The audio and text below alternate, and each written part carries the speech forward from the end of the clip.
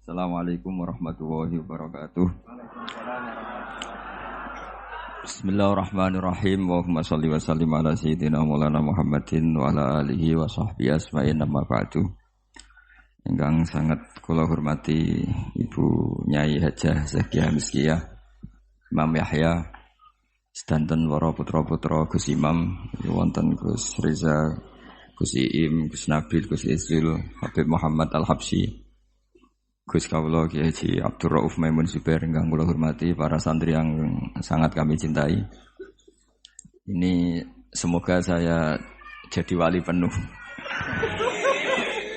Karena malam ini malam yang saya benar-benar tawaduk.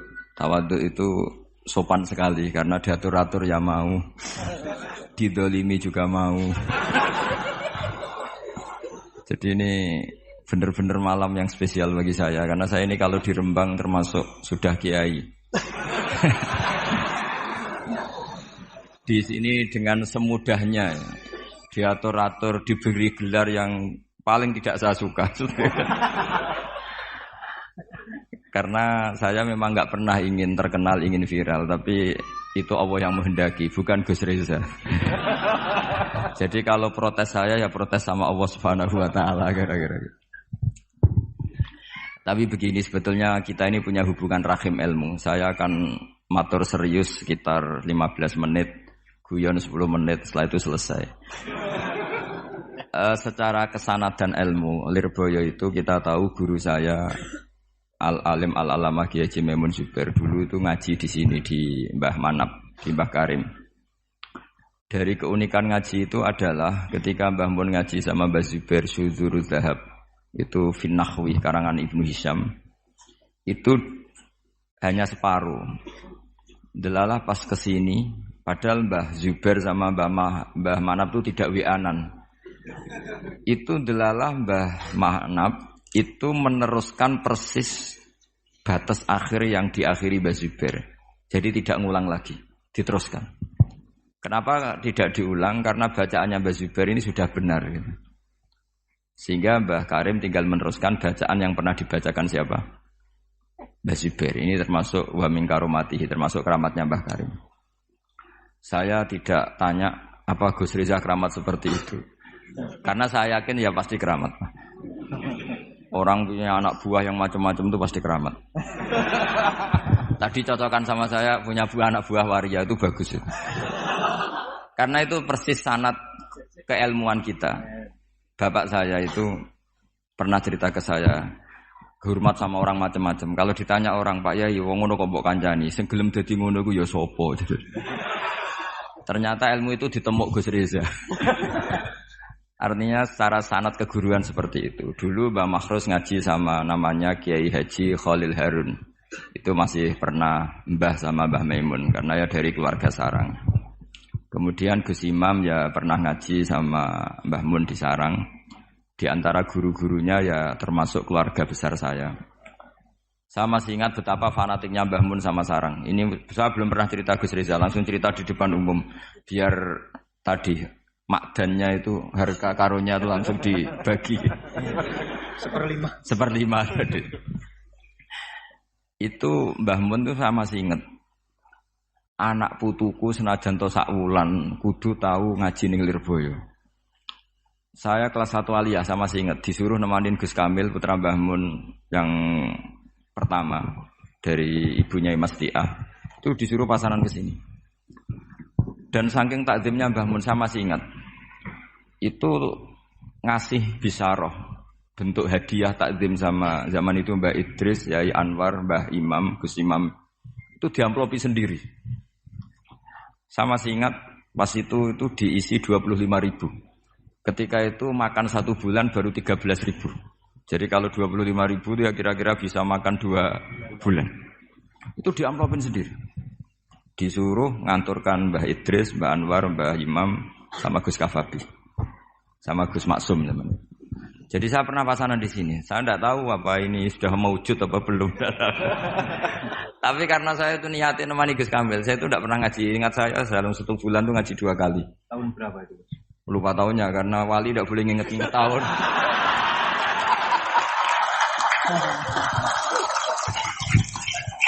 pokoknya kelas 1 alia. Nah pas itu Gus Imam tuh baca kalau nggak salah Jurumiyah kalau habis subuh. Nah kita ini santri sarang yang seringnya habis subuh itu tidur. Jadi dalam 1 bulan hanya ngaji 2 kali. Tak pikir hanya saya, ternyata Gus Kamil juga sama. Pas itu ngaji itu bab tamyiz, saya masih ingat bab tamyiz. Saya sudah termasuk pinter Gus, sudah pinter. Karena saya sudah lihat. Tapi saya tetap ngaji karena ingin dapat barokahnya Gus Imam pasangan. Karena memang disuruh Mbah Mun. Anak putuku senajan to 1 bulan harus pernah ngaji si Lirboyo. Bulan Ramadan berikutnya Gus Ghafur. Yang saya paling mengenang dari ngajinya Gus Imam bilang gini pas bab tamyiz. Pokoknya tamyiz itu gampang. Mestinya kan al-ismu al-mansubu terus al-mufassiru Imam Bahama minal dawat ya. Ini mau salah kok malu. Dawat apa ya? Dawat. Ya sudah itu minal dawat. Yakin sekali. Karena masih jurumiyah. Nanti kalau sudah khudori mungkin ngeper sudah.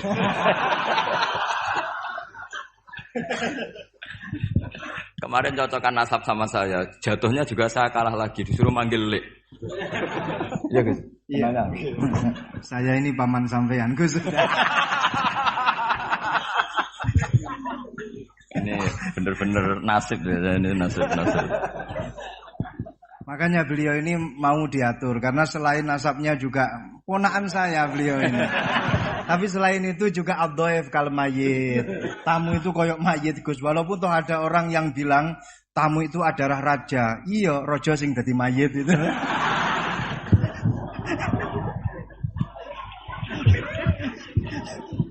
Kok ada Gus seperti ini tuh saya juga.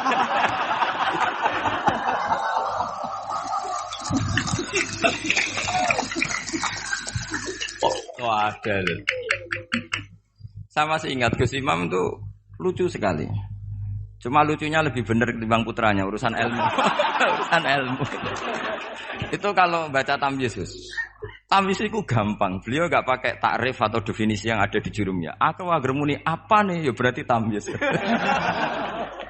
Setelah itu saya pulang ke kamar. Kamar saya di baratnya dalamnya Gus Kafabi. Karena ada kamar madhep timur. Utaranya musola persis. Dulu ada kamar menghadap timur. Saya di situ. Tiap malam tuh nyewa sepeda ontel kalau nggak salah harganya 25 rupiah atau berapa? 25 terus ke Doho. Nyetel radio. Jadi kalau malam tuh nyetel radio di Doho. Ya sudah kegiatannya gitu. Tapi saya ya Islami sering ngaji di Bakarim. Mungkin sering saya di Mangkusri pas itu loh ngaji di Bakarim. Akhirnya dalam 1 bulan itu saya pasanan. Pas tanggal 21 pulang karena Gus Kamil itu putrane Mbah Mun, semua kiai sini nyangoni Gus Kamil. Yang lucu dari itu begini, Gus Kamil tanya, "Mau gak muni gua abah ya mboten ya wis dinekno wae." Hanya tadi beliau gak bilang untuk abah tuh mboten ya berarti sungguh jajan ae gitu. Karena yang dari Mbah Mun ke kita itu jelas ini untuk ini itu. Sehingga kita tidak berani pakai. Saman komanan Gus. Tadi humus tadi apa seperlima tadi. Gak tulus ya. Nggak ini cerita ilmu, enggak berapa tadi? Tulus. Biar jenengan tahu bahwa sanad saya dengan Gus Reza ini zuriyatam ba'duha min ba'd. Apalagi sekarang Gus Iim ini tadi cerita-cerita ke saya dapat generasi keempat dari Kiai Mahfud. Jadi istrinya Gus Iim binti Kharir bin Muhammad bin Mahfud. Mbah Mahfud itu tokoh yang sangat-sangat diidolakan oleh Mbah Maimun Zubair. Karena ketika ada Alfiyatus Sirahnya Imam Suyuti itu tidak ada yang bisa mensarai. Sampai datang seorang termas. Kalau beliau mungkin tidak bilang orang termas, mbahnya istri saya gitu. Karena kalau termas beliau nggak keren, itu mbahnya istri saya. Jadi kalau nggak ngandalkan diri sendiri, ngandalkan istrinya. Nah, itu enggak masalah, seperti itu juga masalah. Allah itu baik. Keramat gandul karo bojone. Iya, keramat gandul. Keramat gandul karo bojone. Muga-muga keramate tetep aja sampai cuman gandul tok.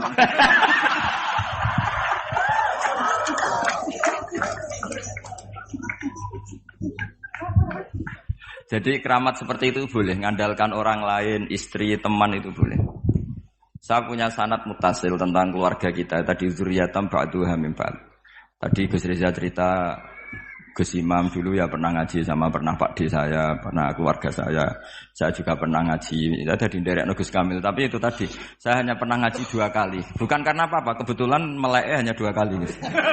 Karena kalau habis subuh itu tidur, kalau malam nyewa ontel ke Doho. Sama Gus Kamil itu. Tapi alhamdulillah itu menjadi saya membekas sekali dengan Pondok Lirboyo karena Mbah Mun saking cintanya anakku mbuh sakwulan lah harus pernah ngaji di Lirboyo. Terus beliau katanya dulu pernah ingin di antara rencana pernah mau jadi mantu Lirboyo tapi Allah menghendaki tidak. Terus beliau ngendikan sekarang wis tak kafaroi katanya karena Gus Raub jadi mantu Lirboyo, Gus Roji jadi mantu Lirboyo. Saya tidak akan ngafaroi Gus Reza karena baru punya anak kecil tadi itu terlalu sebenarnya. Jadi bingung nanti itu. Saya teruskan menyangkut sanad-sanad ilmu. Kiai Mahfud Termas itu yang nulis Hasyatut Turmusi. Kalau sini bacanya Tarmasi atau Turmusi umumnya? Tarmasi betul. Turmusi. Ya Turmusi. Ada yang baca apa? Tarmasi. Karena nasibnya nama ajam itu kasihan. Ada orang itu namanya Tirmizi, yang satu Turmuzi, yang satu Tarmizi. Ada Tarmizi. Ustukhri juga sama. Ustukhri, Istokhri. Apa? Ya itu ya. Kan bebas itu Gus. Ajam kan bebas. Iya, makanya kaidahnya ajamiyun fasna bihi masyita. Ya, Sibro Milisi. Kalau sini bacanya apa? Sibro Malisi. Sibro Malisi. Kalau ada kiai yang baca Sibro Milisi. Ada yang baca Sibro Mulusi. Ini hasilnya yang mancing ini Gus Bahak, bukan saya ini. Beliau ini Masya Allah luar biasa dalam pancingan sehingga saya terpancing oleh beliau. Jadi nasibnya kumpul dengan orang yang alim ini ya jadinya ya seperti ini. Ya, saya teruskan ini yang serius ya. Saya ini karena saya ini sudah tidak dapat cucu zuriyahnya Kiai Makhrus, tapi saya dapat warisannya. Karena sebagian cerita-cerita keramatnya keluarga Lirboyo yang termasuk santri sering diceritani keramatnya Mbah Manap itu saya. Termasuk ya tentu banyak yang diceritain. Keramatnya Mbah Makhrus. Masyhur itu Mbah Makhrus. Kacang hijau sudah dipasukan. Sebenarnya saya mau minta ijazah sama Gus Rizal, tapi potongannya kok tidak iso. Tapi nanti setelah ada alamat. Saya siap Gus, bukan ijazah. Lebih dari ijazah, ijabsah. Nanti kalau sudah ada indikasi bisa, saya pasti minta ijazah. Dan semenjak itu saya sudah tidak berani gojlok, karena berarti guru saya. Tapi saya nanti nunggu istikharah dulu tadi. Apa bisa, apa enggak gitu. Nah kebetulan saya ini adalah turunan ke-8 dari orang yang bernama Soleh bin Asnawi Sepuh. Itu gurunya Mbah Soleh Darat. Mbah Mahfud dulu pernah ngaji Mbah Soleh Darat tafsir Jalalain 2 kali. Dulu Mbah Soleh Darat ngaji sama yang Mbah Soleh bin Asnawi Sepuh. Itu ngajinya juga tafsir Jalalain. Dan beliau cara ngaji itu detail sekali. Ini sekaligus apa ya? Saya bilang tamparan kalau tidak sopan. Ini peringatan keras bagi yang pernah cucu ini, pernah cicit. Beliau kalau ngaji ditulis hadartu indahu tafsirul Jalalain marratan.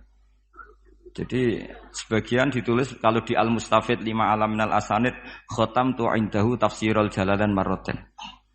Ditulis bitamami, sempurna. Saya ngaji beliau 2 kali khatam sempurna.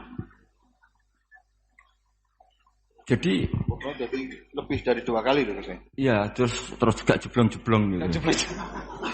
Kalau ini enggak moto sama terus untuk ijazah. Dan beliau ketika ngaji Sayyid Abi Bakar Sato. Beliau istinad fil fikhi itu namanya sama Sayyid Abi Bakar Sato.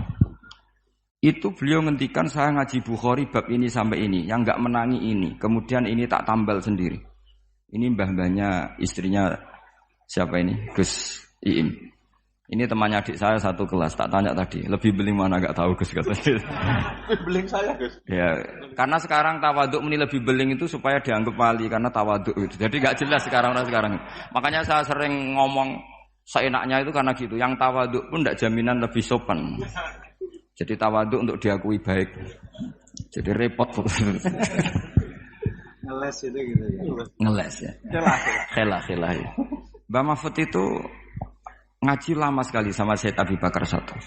Sampai beliau kecakamannya. Saya ini tahadus binikmah.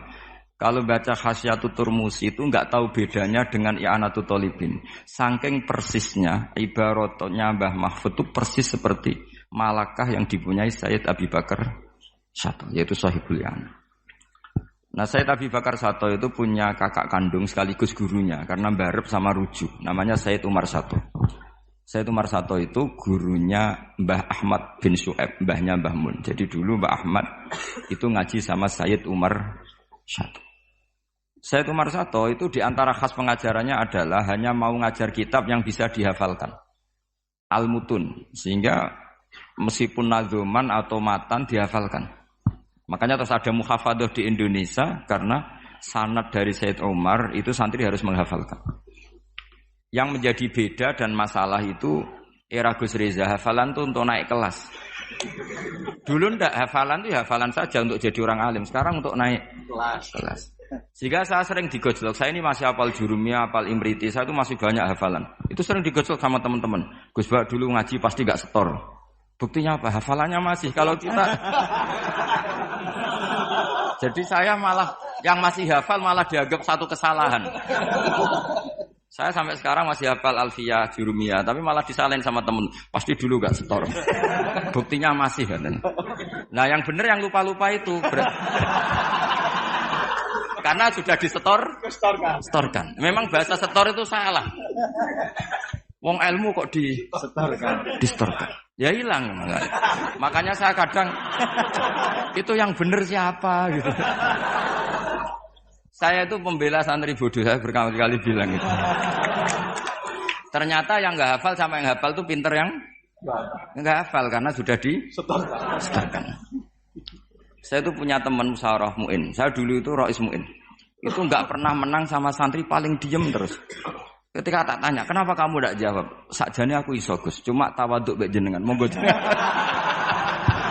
Itu sampai sekarang dia jadi kiai. Tiap ada muskilat yang SMS saya, Gus ini dijawab. Sakjane kula nggih saged tapi kepengin tawaduk. Itu saya itu ya mangkel ya. Mau mangkel tuh dia tawaduk, mau husnudzon kayaknya goblok betul. Jadi saya nanti mau konsultasi sama Gus Iim, Gus Rizal, cara menghadapi kiai kayak itu gimana?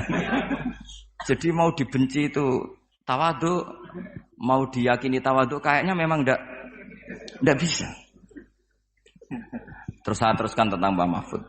Jadi guru-guru kita ini zuriyatam ba'duha mim. Saya sampai sekarang ngaji di Pondok Damaran, itu pondoknya generasi ke-7-8. Itu juga mbah-mbahnya keluarga mana? Gedongan ya? Gedongan. Ya dari Nyai. Itu dulu tuh luar biasa. Zaman itu sudah ngarang kitab.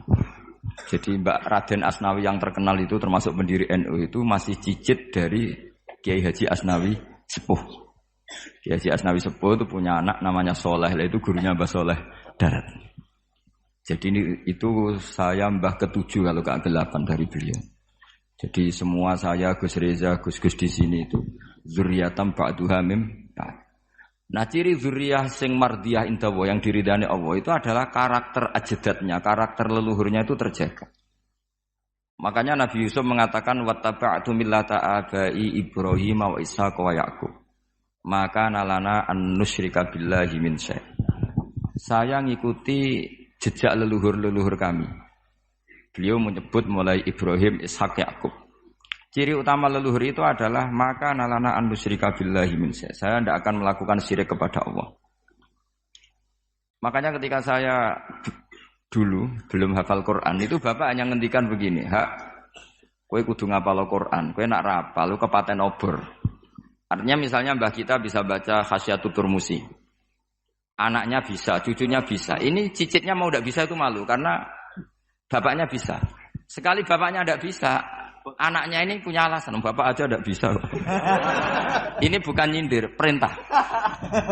Ya, saya ini bukan nyindir tapi apa? Perintah. Siap 86. 86. Siap 86. Jadi kalau saya tidak hafal Quran, bapak saya itu hafal Quran, bapak saya, buyut saya itu hafal Quran.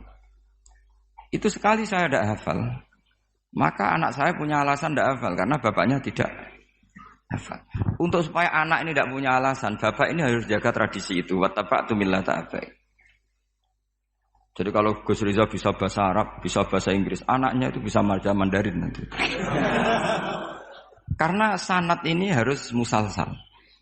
Saya bayangkan orang itu tidak akan bakas Mbah Zubair, andaikan Mbah Mun tidak salim itu. Pasti bisa saja Mbah Zubair itu nasya mansia, dilupakan. Andaikan Kiai Makhrus, Gus Imam Kiai Makhrus tidak seperti ini, maka orang juga tidak bakas Mbah Karim.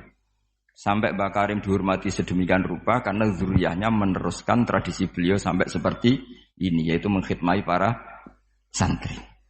Sekali Gus Riza dagangan. Wis dagangan ya. Apalagi dagangan sarung VHS. Itu sudah masalah ya. Makanya alhamdulillah menjadi masalah itu peringatan. Memang itu enggak wilayahnya. Jadi zurriyatam ba'duha mim. Sekali karakter ini hilang, maka akan hilang seterusnya. Saya punya pengalaman agak rohani. Nanti bisa ditasih Gus Riza. Nanti setelah saya, beliau tak beri hak ngendikan karena paman tadi. Kalau kita punya mbah alim alamah, bapaknya alim alamah, kemudian kita ini dagangan, terus itu ngalor ngidul, orang akan ngira bapak kita seperti itu. Karena teori orang Jawa, kacang ora ado songkolan jarang. Jadi yang menstatuskan para leluhur kita adalah kita. Sekali kita ini meleset, tadi kata Gus Riza yang Asyaki tadi ya, Asyaki adalah orang yang keluar dari rel mbah-mbahnya, maka status kembahnya akan hilang.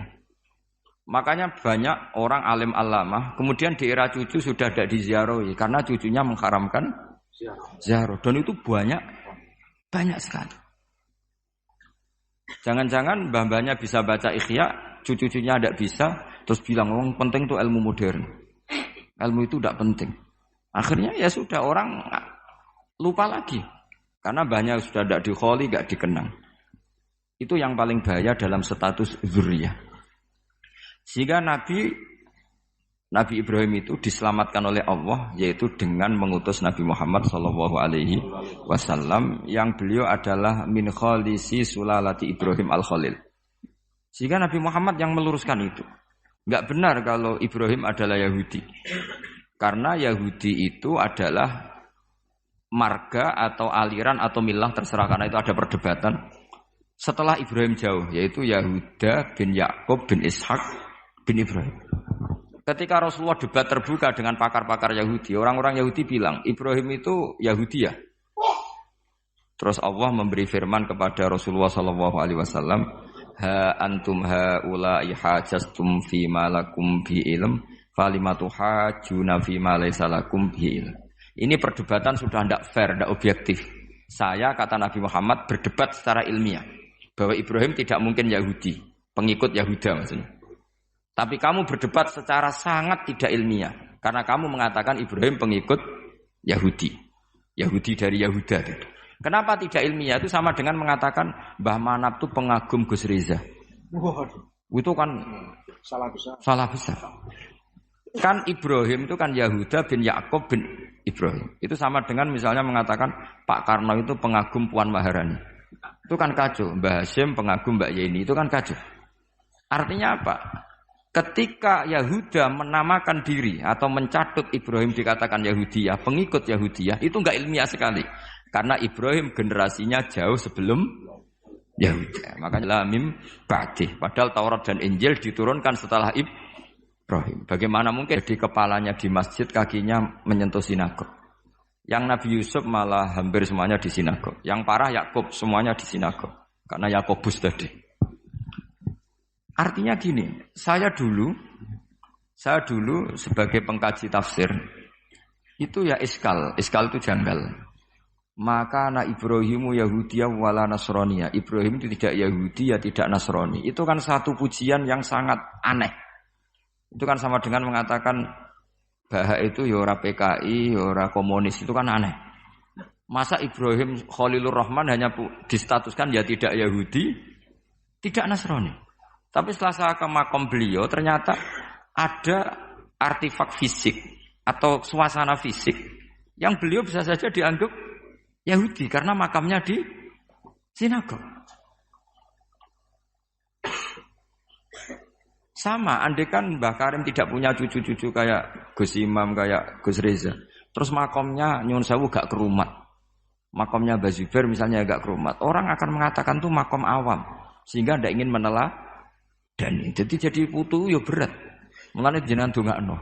Nggih, kula suwun sekali-kali kula ngomong serius nggih dongakno. Nah kula mboten perlu dongakno, gak ono ponakan dongakno paman. Tapi saya berkeinginan paman saya ala siratim mustaqim. Jadi semua yang saya ceritakan tadi menyangkut qadhi misalnya. Sanad jadi qadhi itu ya semuanya seperti yang diceritakan Reza, hakimnya itu bingung. Karena memutuskan ini tanah milik siapa, harta karun. Dulu kamu kira Nabi Sulaiman itu serius ya enggak? Beliau itu rileks. Tapi kalau punya keputusan itu jitu, ada dua perempuan. Ya sebut saja dalam tafsir-tafsir misalnya Soghirah sama Gabirah. Sama punya anak kecil ya, karena masih keluarga anaknya itu mirip. Kemudian anak yang satu itu dimakan serigala. Hilang. Dimakan serigala, terus lapor ke Nabi Dawud. Karena yang meyakinkan itu yang satu, diputuskan ini milik kamu, misalnya milik yang adiknya. Ketika keluar dari situ, ketemu Nabi Sulaiman. Kalau saya hakimnya, maka keputusannya tidak seperti itu. Nabi Sulaiman pas itu umurnya 13 tahun. Akhirnya dipanggil sama Nabi Dawud. Ya sudah, putuskan kamu. Nabi Sulaiman ngambil pedang atau pisau. Ya sudah, tak bagi dua. Nanti separuhan kata. Jadi Nabi Sulaiman itu ya suka humor. Masa anak mau dibagi dua nanti separuhan. Terus yang histeris nangis itu yang besar, yang mbaknya. Yang kecil tenang-tenang saja. Akhirnya sama Nabi Sulaiman diputuskan dikasihkan yang nangis histeris. Ditanya sama yang kecil, kenapa kamu putuskan milik mbak saya? Ora ono wong anak apa dipotong kok tenang-tenang wae. Jadi kelihatannya rileks, tapi dari basis ilmu yang luar biasa. Kalau kamu betul merasa sebagai itu anak kamu, pasti kamu histeris. Akhirnya dikasihkan yang besar. Jadi tidak semua nabi itu kalau memutuskan serius, Nabi Sulaiman itu rileks. Ya tapi tentu tidak kayak Gus Rizal, lebih benar gitu kan. Nabi itu lebih benar. Suatu saat ada lagi perempuan cantik itu diperkosa 4 tokoh. Jangan teruskan tokoh agama nanti sensitif. Tokoh gitu saja. Memang tokoh ini orang terpandang. Setelah hamil, si 4 orang tersangka ini bilang bahwa yang menghamil itu anjing. Karena zaman itu zaman yang mungkin diktatorial ya. Ya sudah diam gitu saja. Singkat cerita dilaporkan ke Nabi Dawud bahwa ada peristiwa gini-gini terduga adalah anjing. Nabi Dawud ya tenang saja, enggak ngerespon. Karena biasalah wali itu kan tukang husnudzon. Nabi Dawud itu gayanya Nabi, gaya ala wali, jadi gampang husnudzon. Kalau Nabi Sulaiman enggak. Jadi sistem reskrim itu harus matur nuwun sama Nabi Sulaiman. Orang 4 ini dipanggil. Manggilnya satu-satu. Kamu tahu kalau itu yang merkosa anjing? Ya, tahu saya. Anjingnya warnanya apa? Hitam. Sudah, kamu keluar. Keluar tidak dipertemukan sama yang 3. Terus yang 1 dipanggil lagi. Yang merkosa apa? Anjing. Warnanya apa? Merah. Dipisah lagi. Sampai akhirnya 4 orang itu jawabnya warnanya beda-beda. Mungkin ada kebiasaan, mungkin ada yang bilang pink, tapi nggak ada anjing pink. Akhirnya setelah semua dipertemukan bareng-bareng. Kamu tadi bilang apa? Hitam. Kamu tadi bilang apa? Merah. Kamu tadi bilang apa? Berarti padahal kamu semua bersaksi bersama bahwa orang itu Pratita tadi diperkosa anjing. Tapi ternyata warnanya anjing beda. Terus akhirnya Nabi Sulaiman bilang, anjingnya ya kamu itu. Akhirnya mereka ngaku sebagai apa? Pemerkosa. Makanya dalam masalah Nabi Dawud dan Nabi Sulaiman itu Allah luar biasa mensifatinya. Nabi Dawud punya keramat, punya mukjizat. Kalau beliau baca tasbih, itu gunung dan burung-burung ikut baca apa? Tasbih. Semuanya ikut baca tasbih. Yusabbihna bil asyi wal isyraq wa tayra mahsyurah kullu lahu awwab. Tapi orang tuh kalau suka wiridan biasanya intelijensinya itu agak gimana gitu. Enggak usah diterangkan nanti sensitif. Akhirnya Allah ngakui, fafahamnaha Sulaiman wa kullan ataina hukmau wa ilmu. Jadi kalau masalah ilmu detail itu fafahamnaha Sulaiman. Kecerdasan untuk bikin keputusan itu masih cerdas Nabi Sulaiman. Tapi kalau wiridannya itu bagus Nabi Daud. Jadi makanya orang ini enggak sempurna ya. Ada yang suka wiridan, ada. Makanya saat tadi itu kaget Gus Im bilang, ketua pondoknya di Istighori Gus Riza. Itu saya tenane gitu. Maksudnya itu saking adabnya muji masnya apa gimana, saya itu sampai sekarang enggak paham itu.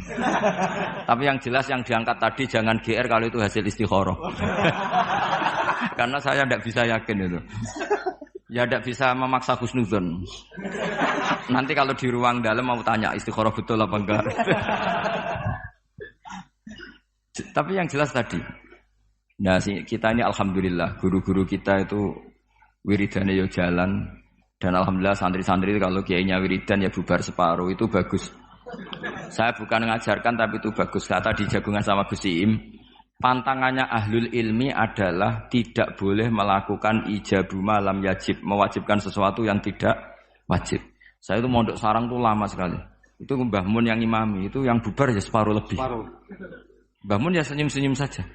Ketika ada kiai tanya, "Mbah, kok mboten jenengan wajib no wiridan?" Ora oleh. Ijabu malam wajib, mewajibkan sesuatu yang tidak wajib. Nah, santri-santri tahu kalau itu tidak wajib. Wah, hilang. Oh iya, pimpinannya. Jadi konstitusinya ahlul ilm itu beda. Takhrimu malam yakhrum itu ya kriminal, ijabu malam yajib juga kriminal. Bahkan di Habib Abdullah bin Husain bin Thohir itu dikategorikan dosa besar. Makanya pondok-pondok ilmu itu enggak berani wajibkan santrinya wiridan karena takut ijabu malam wajib. Akhirnya keterusan bersolat langsung ngopi, bualenin. Kadang rokok orang dipateni, bersolat salam langsung. Eling rokok. Jadi kita ini sengawur-ngawur kita karena sebagai ahlul ilm itu masih benar. Ngawur saja benar, apalagi pas benar. Karena memang sanad ya, saya ulang lagi. Sanad ahlul ilmi itu beda, khas. Sehingga kadang orang-orang yang di luaran sana, jangan bilang kubu sebelah, pokoknya di luaran sana, nanti jadi sensitif. Saya itu pernah ditanya satu pertanyaan sangat ekstrim. Ini karena ada paman saya nanti tak mintakan jawab. Itu sangat sensitif. Yaitu orang-orang kota pernah tanya saya, Pak Bahak, kenapa ada hadis mangqala la ilaha illallah dakhalal jannah wa in zana wa in sarqa. Itu kan ekstrem. Kok kayak Islam itu membolehkan zina? Karena yang pernah zina pun asal melafadzkan la ilaha illallah pasti dakhalal jannah. Saya kebetulan pas itu ya kok pas pinter Gus Riza. Jadi ya bisa jawab. Terus saya bilang gini, justru saya bilang hadis itu menunjukkan satu kaidah ilmiah yang luar biasa, yaitu kebenaran yang absolut itu tidak boleh terganggu oleh perilaku sosial. Misalnya saya ditanya 1 tambah 1, pasti tak jawab 2. Lonte ya jawab 2, maling ya jawab 2, koruptor ya jawab 2. Karena kebenaran absolut itu tidak boleh diganggu oleh status sosial. Sehingga orang yang pernah zina pun melafadzkan 1 tambah 1 2 ya sah. Yang ketua wali juga sah, wali biasa ya sah, setengah wali juga sah. Karena kebenaran absolut adalah kebenaran yang siapapun pasti mengatakan demikian. Yang ketangkap KPK ya bilang 1 tambah 1 2, KPK-nya bilang 1 tambah 1. Nah, eksistensi bahwa Allah sebagai Tuhan itu eksistensi yang absolut. Sehingga harus sah meskipun dikatakan orang yang pernah zina. Akhirnya saking keramat Gus, terus nganggep pulau guru nih. Terus ngaji sama saya. Sampai sekarang. Nah, saya berharap produk-produk Al-Makhrusiyah itu sampai seperti itu. Jadi ada saat di mana kita maknani wa in zana ini bukan urusan melegalkan zina atau menganggap biasa zina, enggak. Tentu zina itu sangat buruk. Innahu kana fahisyah wa sa'a sabila, buruk sekali. Tapi ada konteks di mana absolutisme kebenaran itu tidak bersyarat apapun. Sehingga orang yang kafir puluhan tahun, mungkin ratusan tahun, Ketika melafadzkan la ilaha illallah berarti sudah sah menjadi muslim. Karena kalimat ini adalah kalimat yang orang kafir dengan kalimat itu menjadi muslim. Sebab itu kita pasti menolak faham takfiri. Faham yang mudah mengkafirkan orang lain. Karena logikanya gampang. Wong kalimat ini yang kafir saja menjadi muslim. Lagi sing tukang wiridan la ilaha illallah malah dianggap kafir. Iku tahu mikir, tahu ora kan kira-kira seperti itu. Jadi ya sekali-kali so serius ben pamane bangga ponakane alim.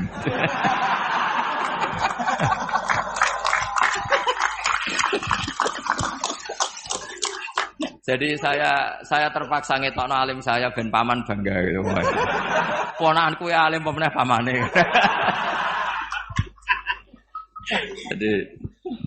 Jadi ini rileks ya. Jadi saya mohon sekali pemahaman hadis itu harus komprehensif, harus utuh. Sehingga zaman itu bukan sekedar kita. Abu Dzar itu sahabat yang khusyuk itu ya protes. Yang benar ya Rasulullah, masa wa in zana wa in sarok. Diulang lagi. Yang benar ya Rasul. Sampai Nabi mengatakan 3 kali. Lama-lama Nabi sampai agak keras nadanya. Ngendikan ala rohmi anfi Abi Dzar. Oh dasar wong grumbung kandhani ra ngandel gitu. Karena Abu Dzar itu orang khusyuk. Beliau tidak siap kalau orang yang pernah salah seperti itu kemudian tetap dakhalal jannah atau sah melafadzkan la ilaha illallah. Tapi dengan penjelasan ilmiah yang saya utarakan tadi, itu memang ini bukan masalah pelegalan zina atau nganggap zina biasa enggak, tapi masalah absolutisme kebenaran itu akan diakui oleh siapapun dan pihak manapun dan akan sah dari siapapun. Sehingga orang yang kafaratula umrih, dia kafir tula umrih, 80 tahun dia kafir. Kemudian pas mau mati melafadzkan la ilaha illallah Muhammadur Rasulullah, tetap sebagai berstatus mukmin. Qul lil ladzina kafaru iyantahu yughfar lahum ma qad salaf. Katakan kepada orang kafir sekali dia menghentikan kekafirannya dengan talaffuz di kalimat syahadah, maka otomatis menjadi muslim. Lah soal nanti masuk surga ya bisa kapan-kapan kan? Allah enggak bilang harus sekarang kan? Ya nunggu kita duluan kira-kira. Nak bejo itu. Tapi saya berkali-kali ngaji sudah orang Islam tuh yang senang. Kita ini sudah dikasih kunci surga, miftahul jannah la ilaha illallah. Kamu harusnya enggak bisa masuk neraka. Enggak pegang kuncinya kok kamu mau masuk itu gimana? Tapi ada teman saya bilang, "Neraka ora ono pintune, Gus, langsung wae." Lah kalau kamu pikiran gitu semoga ke situ saya bilang gitu. Jadi makanya kamu yang pede saja. Umumnya orang itu kunci itu rahasia. Ini sudah dikasih tahu sama Kanjeng Nabi, itu miftahul jannah la ilaha illallah. Sudah punya kuncinya. Alamatnya juga sudah jelas. Alamatnya itu ya sakho. Karena kalau as-sakhiyu qaribun minallah, qaribun minal jannah. Kalau sampean kepengin tahu alamat neraka, ya bakhil tadi. Itu qaribun minan nar. Jadi kalau kamu tanya alamat neraka di mana Gus? Kalau kamu medit, kikir, ya itu dekat-dekat situ. Itu neraka. Nah saya enggak di dekat-dekat situ, makanya saya enggak tahu neraka di mana saya tahu. Jadi saya mohon sekali, dibalik saya sering guyon sama Gus Riza Gus Siim, kita ini membawa sanad yang berat. Karena di sini ada zuriatnya Kiai Makhrus, ada zuriatnya leluhur saya. Harus zuriatam ba'duha mim. Jangan sampai buyut-buyut kita yang sudah meninggal statusnya rubah karena ulah para cucunya. Kayak yang dialami tadi Yahuda bin Yakub bin Ishak bin Ibrahim. Nah kita tidak pernah tahu Yahuda itu apakah agama, apa marga. Itu masih jadi perdebatan. Karena kalau kamu kritik sebagai agama juga nanti repot karena ada ayat innalladzina amanu walladzina hadu wan nasara was-sabiin. Terus man amana billahi wal yaumil akhir. Artinya ada ayat di mana orang-orang iman dan orang-orang hadu. Nah, kalau hadu ini kamu anggap satu faham agama nanti repot. Masa Yahudi kok disejajarkan innalladzina amanu walladzina hadu. Makanya ini jadi perdebatan para ahli tafsir. Makanya ada ahli tafsir maknanya innalladzina amanu walladzina hadu lan wong sing tahu Yahudi. Ini balaghah bi tibari makana. Pakai status dulu. Mau tidak mau secara bahasa memang seperti itu.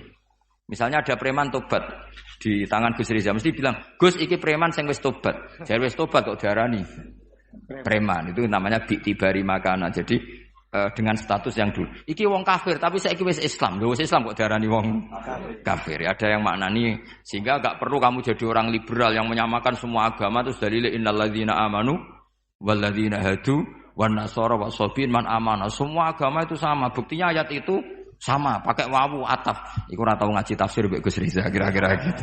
Kalau sudah ngaji tafsir insyaallah enggak akan seperti itu. Jadi ayat itu ada ilmunya.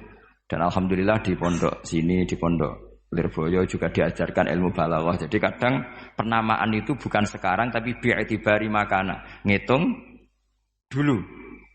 Paham ya? Kayak kita mengatakan ini kafir tapi sudah Islam. Itu paradok gak? Wong sudah Islam kok dikatakan kafir. Iku dhisik santi goblok, saiki wis pinter. Goblok kok. Pinter. Ya, ngoten mawon Gus, karena bingung. Assalamualaikum warahmatullahi wabarakatuh. Waalaikumsalam warahmatullahi wabarakatuh.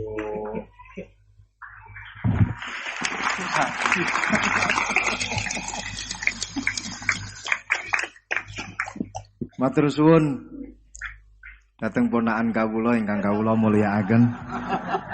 Saya disuruh meneruskan oleh beliau. Saya nanti kalau meneruskan apa yang didawuhkan oleh beliau, khawatir terbukti apa yang beliau dawuhkan. Ketok ponakane pinter apa meneh pamane itu. Dan saya ikut kaidah beliau harus tawadhu. Jadi saya sebaiknya ya seperti tadi yang saya sampaikan, aku mundur alon-alon. Ada yang menarik dari beliau itu tadi terusan daripada ayat yang beliau sampaikan, walakin kana hanifan muslimau wa ma kana minal musyrikin. Ini yang kemudian menjadi jalan tengah antara perdebatan di antara apakah Ibrahim itu Yahudi ataupun Nasrani. Jawabannya adalah hanifan muslimau wa ma kana minal musyrikin. Ikut pada jalan yang lurus, maka dari itu tadi pun juga beliau sudah memberikan arahan kepada kita, ikut pada jalan yang lurus, jalan yang telah diarahkan, yang telah diberikan oleh para sesepuh kita. Jadi sebenarnya ayat-ayat yang telah beliau sampaikan dan juga penafsirannya itu tadi sudah cukup. Kalian kalau mau mencari sesuatu jawabannya itu ada di dalam Al-Quran semuanya. Dulu itu ada satu kisah yang disampaikan oleh Dr. Ali Toharoyan. Di dalam satu kitab tafsir Ayatul Ahkam yang beliau karang, Dr. Ali Toharoyan ini adalah salah satu guru besar di Al-Azhar. Beliau mengisahkan ada seorang yang fanatik sekali dengan Al-Quran.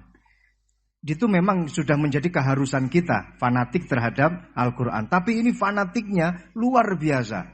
Seorang pembuat roti, beliau fanatiknya kepada Al-Quran ini luar biasa. Setiap kali ditanya oleh orang, apakah Al-Quran ini menerangkan tentang bagaimana caranya kita memasak? Ada jawabannya di dalam Al-Quran. Apakah di dalam Al-Quran itu ada caranya kita main sepak bola? Ada jawabannya, semua di dalam Al-Quran. Ma faratna fil kitabi min syai'.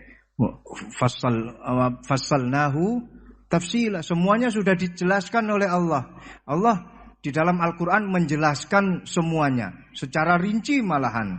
Suatu ketika orang ini ditanya oleh salah satu tamunya, Anda yang fanatik terhadap Al-Quran? Iya, saya fanatik dan kita wajib fanatik terhadap Al-Quran. Sekarang saya ingin tahu jawabannya. Dari satu pertanyaan, apakah Al-Quran itu menjelaskan bagaimana caranya membuat roti? Anda kan sebagai pembuat roti, Anda sebagai tukang roti. Saya ingin ayatnya apa di dalam Al-Quran, bagaimana caranya membuat roti. Si tukang roti ini secara refleks langsung menjawab, ada. Ayatnya apa? Fas'alu ahla dzikri in kuntum la ta'lamun. Kalau tidak tahu, tanyalah kepada yang tahu. Jadi kalian kalau tidak tahu, tanyalah kepada Gus Baha. Itu yang wajib menjawab pun juga sebenarnya Gus Baha. Wal afu minkum. Assalamualaikum warahmatullahi wabarakatuh.